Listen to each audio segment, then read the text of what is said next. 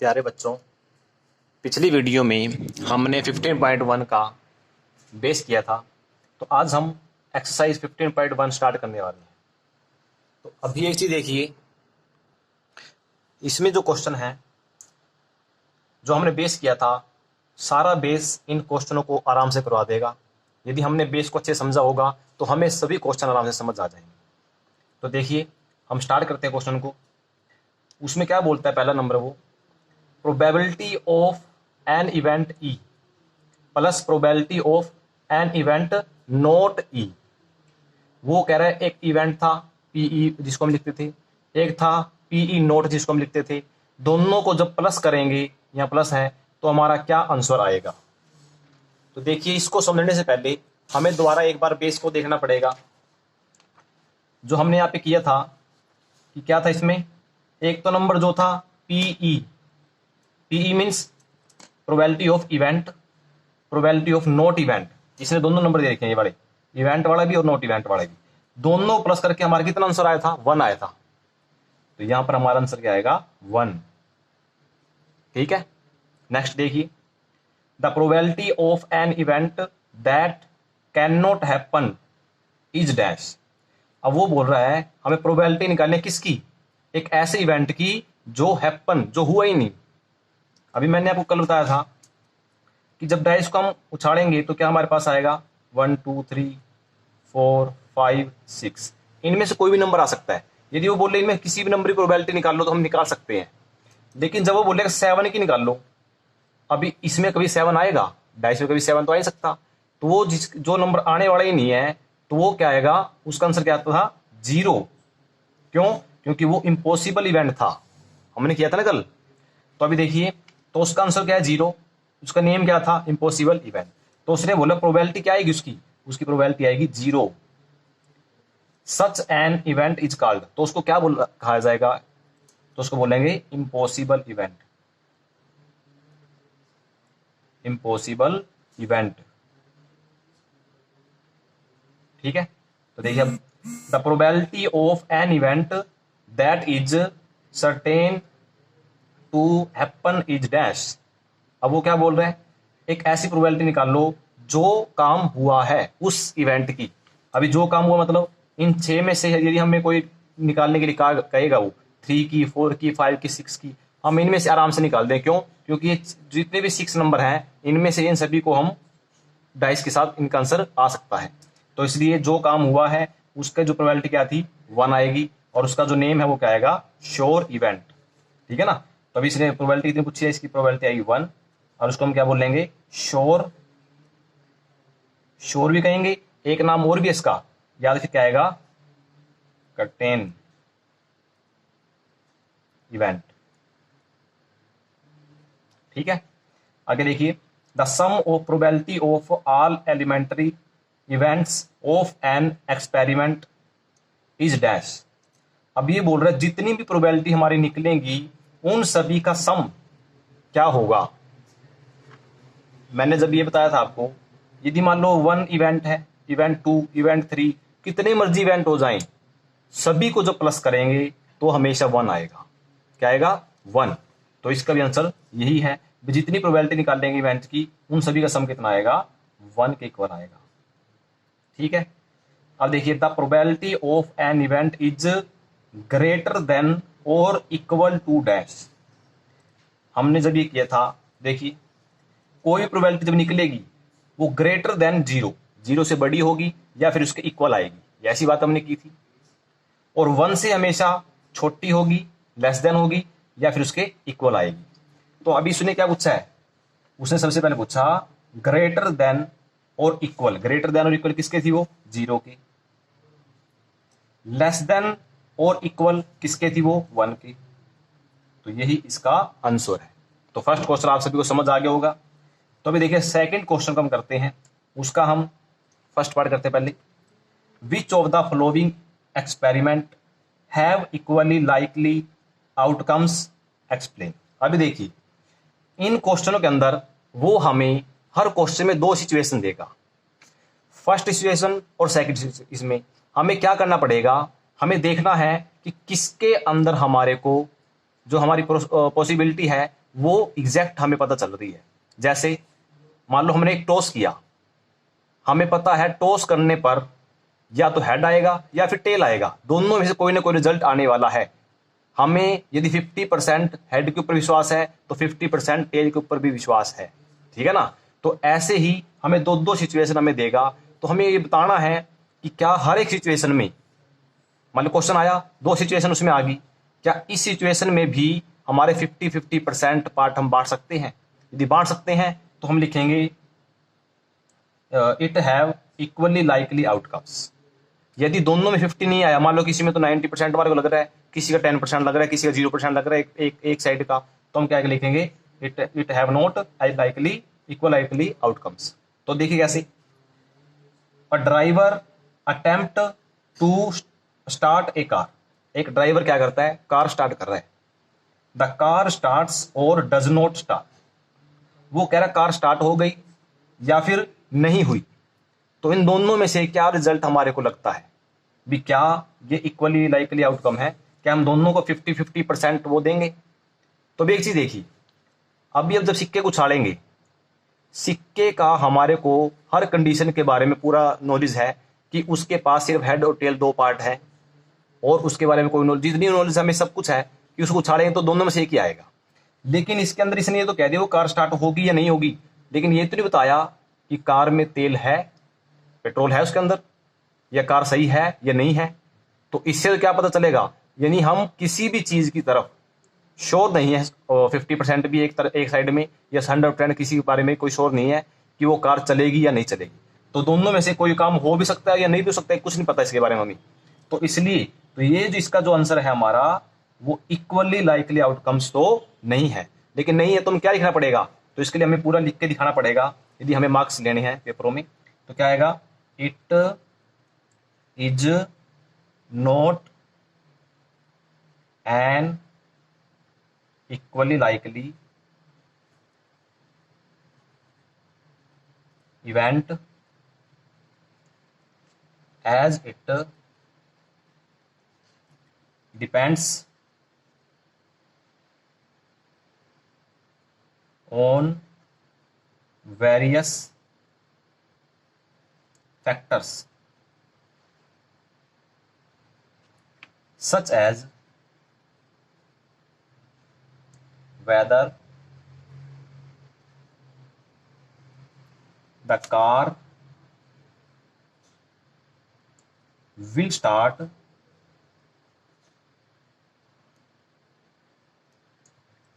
or not, and factors for both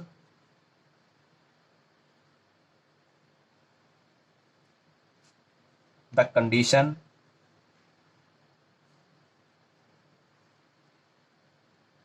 are not same। समझिए पहले इसको, it is not N equal likely event, हमें तो बता दिया इक्वल आउटकम से उसमें हमारा आंसर नहीं आएगा। As it depend on various factor, क्यों, क्योंकि इसमें हमें वेरियस फैक्टर, बहुत से ऐसे फैक्टर हैं जिसके ऊपर ये बात डिपेंड करती है।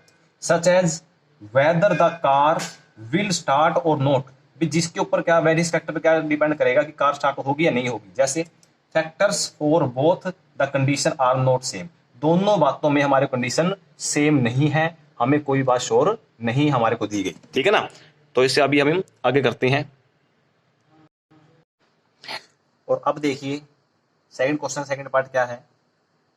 A player attempts to shoot basketball, he shoots और मिसेस द शॉट। वो क्या कहना चाह रहा है कि एक प्लेयर है, वो क्या करता है, बास्केटबॉल में वो डालता है, बॉल डालने की कोशिश कर रहा है, वो क्या वो बॉल डाल पाएगा, क्या वो नहीं डाल पाएगा। ये दो हमारे पास ऑप्शन आ गए। अभी हमें बताना है कि क्या इसके अंदर हमारा आंसर, क्या दोनों 50-50% जैसे हमने हेड और टेल को किया था ऐसे कर सकते हैं इसको। तो देखते हैं अभी। तो देखिए, मान लो जब भी हम बॉल डालने की बात करेंगे ना, बास्केटबॉल जो है उसका मान लो वो जो बॉल डालने के लिए जो बास्केट है वो क्या होगी, छोटा होता है। और हमारे को जब बॉल डालेंगे जब हम, हमारी सिचुएशन पे भी डिपेंड करता है, हम कहाँ खड़े हैं, आगे खड़े हैं, पीछे खड़े हैं, कैसे मर्जी हो सकता है वो। या फिर जब हम डालें, क्या हमारे डालने की जो स्थिति है बिल्कुल सही आ रही है, ठीक है ना। तो हमारे को ये बात पता है कि ज़्यादातर चांस जो है वो किस पर डिपेंड करेगा, कि हमारी सिचुएशन कैसी है, या फिर इस पर निर्भर करेगा कि हम क्या लगातार रेगुलर खेलते हैं या हमारे को निशान लगाना सही आता है।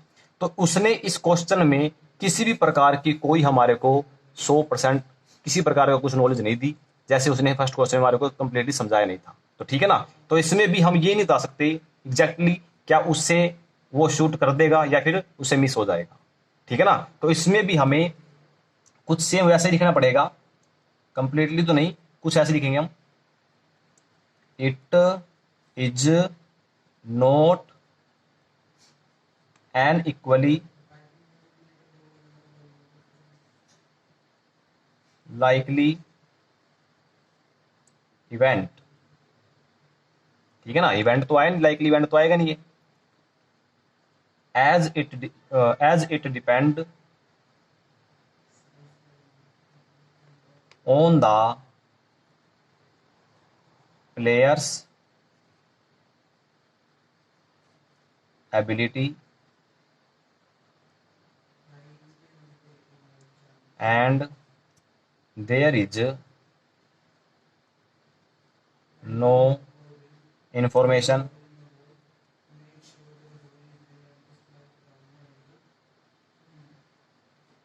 गिवन अबाउट दैट, ठीक है ना। क्योंकि उसने हमारे को कोई भी ना तो प्लेयर की एबिलिटी के बारे में हमें पता और ना ही उसने कोई इंफॉर्मेशन हमें, समझ गए। तो नेक्स्ट क्वेश्चन देखते हैं इसका भी। A trials is made to answer a true false question. The answer is right or wrong.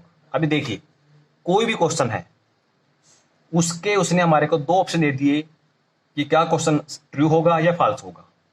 तो अभी एक चीज बताइए, आप खुद देखिए, जब भी हमें ट्रू और फॉल्स का निकालना पड़ता है, तो जब भी हम क्वेश्चन को पढ़ेंगे ना, तो हमें एग्जैक्ट सीधा पता लग जाएगा ट्रू है या फॉल्स है। इन दोनों में से एक ही रिजल्ट आएगा और तीसरा रिजल्ट कोई आने वाला नहीं है। तो जितनी पॉसिबिलिटी ट्रू की है आने की, उतनी पॉसिबिलिटी फॉल्स की भी है। तो हम इसको कह सकते हैं कि 50-50 हमारे यहाँ पर परसेंट हमारे को इसकी पॉसिबिलिटी है। तो इसको क्या लिखेंगे, यस, ये यस में आएगा। क्या लिखेंगे इसको, it is an equally likely event.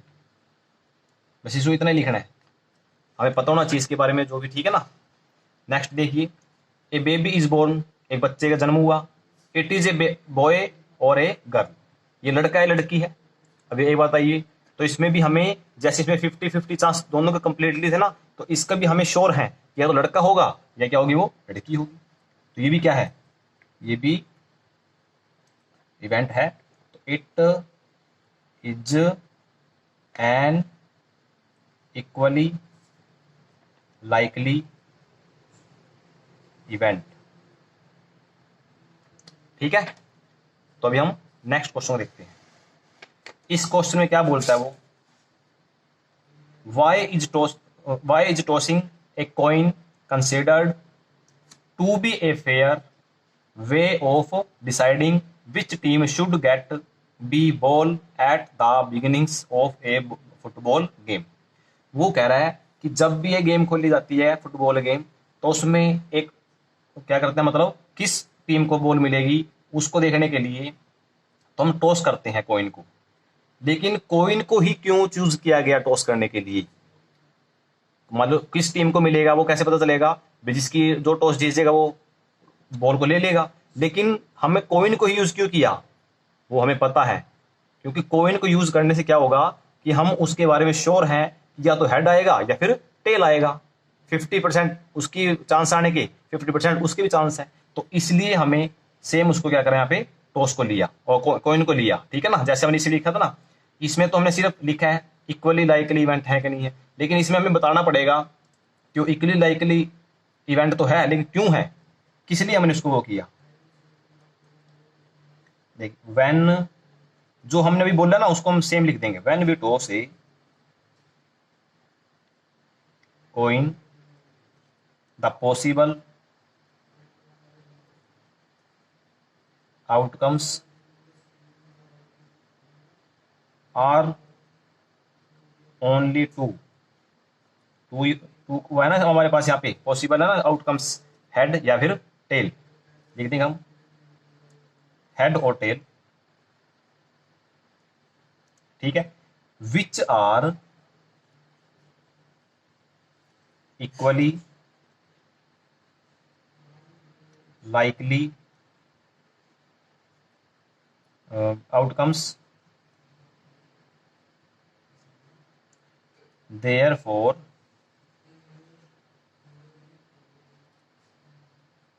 the result of an individual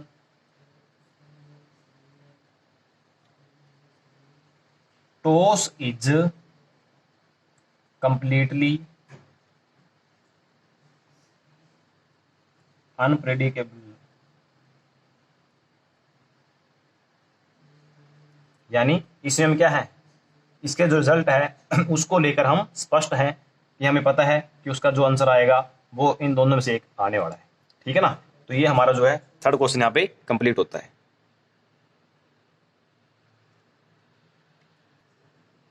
तो अब देखिए फोर्थ जो क्वेश्चन है वो हमें क्या बोलता है, which of the following can not be the possibility of an event, इनमें से किसकी पॉसिबिलिटी, यानी एन इवेंट किसको हम बोलेंगे इवेंट है और किसको बोलेंगे इवेंट नहीं है, तो यानी सिर्फ इसमें बतानी किसकी पॉसिबिलिटी नहीं है इवेंट होने की। तो हमने जब कल क्वेश्चन किया था तो एक चीज याद रखना कि हमारे जो आंसर आना चाहिए, पॉसिबिलिटी ऑफ इवेंट आनी चाहिए, वो 0 और 1 के बीच में आनी चाहिए, या 0 1 आएगा या फिर इनके बीच वाला नंबर आएगा, कोई ना कोई बिटवीन आया, ठीक है ना। तो यानी इससे बड़ा हो गया इसके इक्वल आएगा, या फिर इससे छोटा हो गया फिर इसके इक्वल आएगा। तो लेकिन हमें क्या करना है, तो पहले हम देखनी है कि इनमें से कौन सा ऐसा नंबर है जो 0 और 1 के बीच में या 0 1 ना हो, जो उनसे बड़ा होगा छोटा होगा तो वो इसका आंसर आएगा, क्योंकि हमने बताना है कि कौन सा possibility probability of an event नहीं है। तो देखिए 2/3 है, याद रखना जिसका न्यूमिनेटर से बड़ा और छोटा हो तो वो क्या होता है 0 से और 0 और 1 के 1 के बीच में आता है हमेशा, जब भी ऊपर छोटा होगा नीचे वाला बड़ा नंबर होगा, ठीक है ना। तो यह इसको करके देख लो, जब इसको डिवाइड करेंगे हम पॉइंट आ जाएगा यहाँ पे 0.20 आएगा तो 3 पे जाएगा, और सॉरी 6 पे जाएगा 18, फिर 20 आएगा, फिर 6 पे जाएगा। अभी जो पॉइंट आ रहा है 0.66 समथिंग कुछ आ रहा है, तो यानी ये 0 से तो बड़ा है लेकिन अब ये पूरी तरह 1 भी नहीं बना, तो ये हमारा क्या है 0 और 1 के बीच में है। तो हमारा जो ये है ये तो इसका आंसर नहीं हो सकता, क्योंकि हमने बताना जो इसमें आंसर नहीं आने वाला। अभी इसको बाद में देखते, पहले इसको देखिए 15% मतलब 15 में 100, जब इसके 0 के पॉइंट लगाएंगे तो क्या आएगा 0.15 आएगा। अब 0.15 मतलब 0 से बड़ा है लेकिन 1 से छोटा है, ठीक है, तो ये भी इसके आंसर में नहीं आएगा। 0.7 मतलब 0.70 है ये, तो अब ये क्या आएगा, तो ये भी क्या है 1 और 0 के बीच में है, तो इसका आंसर ये भी नहीं आएगा। देखिए जो माइनस वाला है वो क्या होता है, नंबर लाइन में हमने देखा था माइनस वाला 0 से भी छोटा होता है, तो ये हमारा क्या आ जाएगा, इसका आंसर यही वाला आएगा, ठीक है ना। तो इसको हम लिख सकते हैं आंसर में, answer B -1.5 can not be the probability of an event, ठीक है। तो अभी नेक्स्ट क्वेश्चन देखिए, ये अभी 5th क्वेश्चन है। If PE is equal to 0.05, PE उसने हमारे को दे दिया, what is the probability of not event, ठीक है ना, इसकी प्रोबेबिलिटी निकालनी है और ये वाले हमारे को पहले उसने दे दिया। तो अभी एक चीज देखिए, पहले जो दे रखा वो लिख लेते हैं हम, जो गिवन है हमें क्या गिवन है, प्रोबेबिलिटी ऑफ इवेंट क्या आएगा 0.05, जो पी नोट है वो हमें निकालनी है, वो नहीं पता अभी हमारे को भी। तो हमें एक फार्मूला याद है क्या, देखो वी नो दैट जब हम प्रोबेबिलिटी ऑफ इवेंट को प्लस करते थे, probability of not event, sorry यहाँ पे इवेंट आएगा, यहाँ पे नॉट इवेंट, ठीक है ना, ये यहाँ पे कुछ नहीं है, तो नॉट इवेंट के साथ प्लस करेंगे तो क्या आएगा, इधर 1 आता था, ठीक है ना। लेकिन हमें निकालनी क्या है, प्रोबेबिलिटी ऑफ नॉट इवेंट, ये निकालना है। तो जो चीज निकालनी है वो तो अकेली रहेगी इधर, तो इसके साथ में कौन है, पी इवेंट है ना, तो उधर चला जाएगा वो 1 में से उधर जाके आ जाएगा, माइनस हो जाएगा पी ई, ठीक है।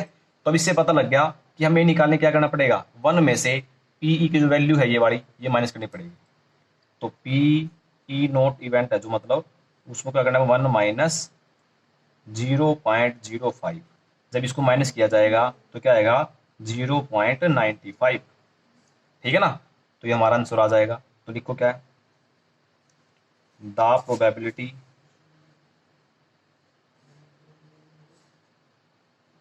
ऑफ पीई इज 0.95, ये हमारा आंसर आ गया, ठीक है।